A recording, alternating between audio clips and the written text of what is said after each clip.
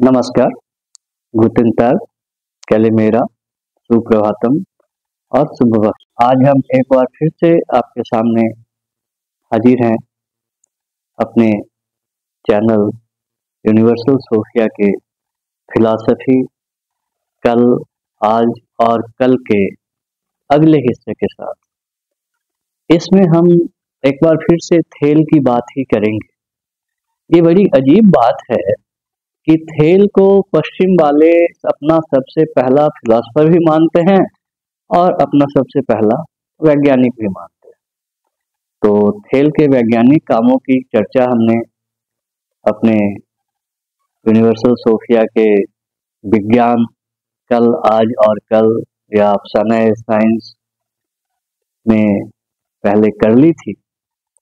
थोड़ा सा उसके बारे में और कुछ कह के हम थेल के दार्शनिक पहलुओं पर या उसके फिलॉसफर वाले रंगत पर कुछ बातें करेंगे। थेल के बारे में ये कहा जाता है कि थेल ने सबसे पहले ज्यामिति के कुछ एक सिद्धांत खोजे थे, मगर ज्यामिति के ये जो सिद्धांत थेल ने खोजे थे वो बहुत सारे अनुभवों पर आधारित थे और रिकॉर्ड्स पे आधारित थे, और ये सारे रिकॉर्ड थेल को बेबीलोन यानी बाबुल और इजिप्ट यानी मिस्र में मिले थे। उनके पास जो आंकड़े थे उसके आधार पर ही थेल ने कुछ नतीजे निकाले थे ज्यामिति के, कि अगर दो त्रिभुज हैं और दोनों में से दोनों के कोण बराबर हो और एक भुजा बराबर हो तो दोनों त्रिभुज समरूप होते हैं। उसी तरह से उन्होंने ये भी खोजा कि अगर किसी त्रिभुज को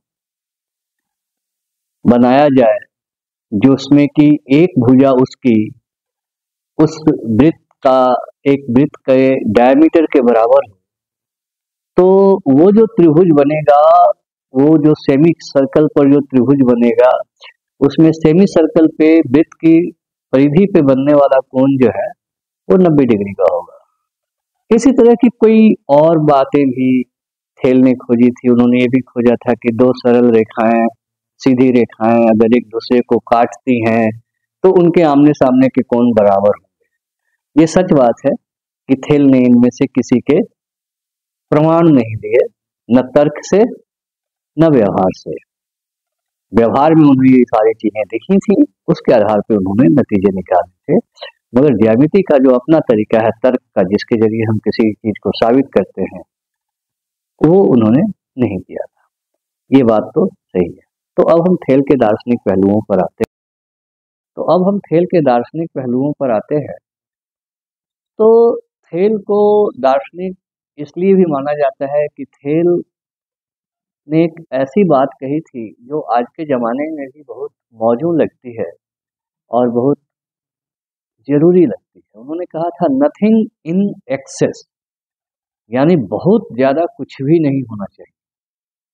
अच्छी से अच्छी चीज़ अगर बहुत ज़्यादा हो जाए तो बुरी हो जाती है, और ये जीवन का एक ऐसा सूत्र है जो हम सबको हमेशा याद रखना चाहिए। कुछ और बातें भी थेल ने कही थी, जैसे समाज में हमेशा रुचि लेते थे, समाज के काम में, राजाओं के काम में बहुत रुचि लेते थे। थेल के बारे में कई सारी कहानियां भी प्रचलित हैं, उनसे भी उनके जीवन के स्वभाव का पता चलता है। कहा जाता है कि एक बार वो आसमान में सितारों को देखते हुए चल रहे थे, तो हल्का अंधेरा हो चुका था, सितारों को देखते हुए चल रहे थे, तो एक लड़की जा रही थी सामने से। ऐसे कुछ लोग कहते हैं कि वो लड़की नहीं, एक बूढ़ी महिला थी। तो उन्होंने थेल से कहा कि भाई आसमान ही नहीं, कुछ जमीन पर भी देख लो, वरना गिर जाओगे, कुएं में गिर जाओगे। और उसने जब ये कहा तो वास्तव में आगे में एक कुआं था छोटा सा, थेल उसमें गिर गया, ऐसा कहा जाता है। मगर खैर ये कहानियां तो हैं ही। एक और बड़ा अच्छा मामला थेल के जरिए ही मैं ये उठाना चाहता हूँ कि जैसे थेल को पश्चिम वाले अपने यहाँ का सबसे बड़ा फिलोसफर, सबसे बड़ा दार्शनिक सभी मानते हैं। हमारे यहाँ भी इस तरह के लोग हुए जिन्होंने प्रकृति को ही सब कुछ मान करके प्रकृति को देखने की कोशिशें की, किसी परमात्मा, किसी भगवान में यकीन नहीं किया और उनके हवाले कोई बात नहीं। फिलॉसफी हो या साइंस हो, उसकी परंपराएं पूरब में ऐसा नहीं है कि नहीं थी।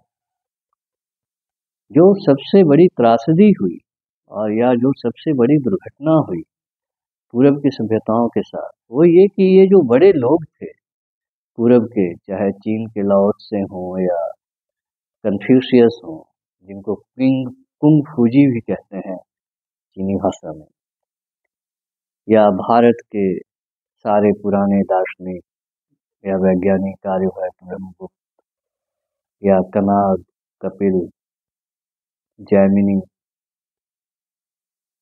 समस्या यहाँ ये रही कि ये पहले लोग थे अपने अपने क्षेत्र के और बहुत बड़े लोग थे। मगर दुख की बात यह है कि हमारे यहाँ उनकी परंपरा को आगे ले जाने वाला, बढ़ाने वाला आदमी फिर उनके बाद पैदा नहीं हुआ। जैसे हम पश्चिम के इतिहास के बारे में यकीनन ये कह सकते हैं कि थेल जितने बड़े फिलोसोफर थे या वैज्ञानिक थे, उतने ही बड़े फिलोसोफर पिथागोरस भी थे, या फिर उतने ही बड़े फिलोसोफर या दार्शनिक अफलातून भी थे, अरस्तु भी थे। और बाद के जमानों में भी बहुत सारे ऐसे लोग हुए, संत अगस्तिन के बारे में कह सकते हैं, और भी बहुत सारे लोग, संत थॉमस एक्विनस हैं, एरस्मस हैं, जिनके बारे में हम कह सकते हैं कि वो भी करीब करीब उतने ही बड़े थे। तो वहां पर एक दूसरे के काम को आगे बढ़ाने की जो परंपरा थी, वो हमें पूरब में नहीं मिलती है, न ऐतिहासिक काल में मिलती है और न प्राग ऐतिहासिक काल में मिलती है। और एक और बड़ी समस्या जो पूरब के इतिहास में और पूरब की परंपरा में रही है कि लिखित रूप से बहुत कम चीजें मिलती। किताबें लिखने का प्रचलन तो यहाँ पता नहीं कब शुरू हुआ, ये एक खोज का विषय है, मगर लिखना नहीं चाहते थे लोग। नतीजे हुए कि वेदों की सारी शाखाओं को याद करके लोग रखते रहे, उपनिषदों की शाखाओं को याद करके रखते रहे।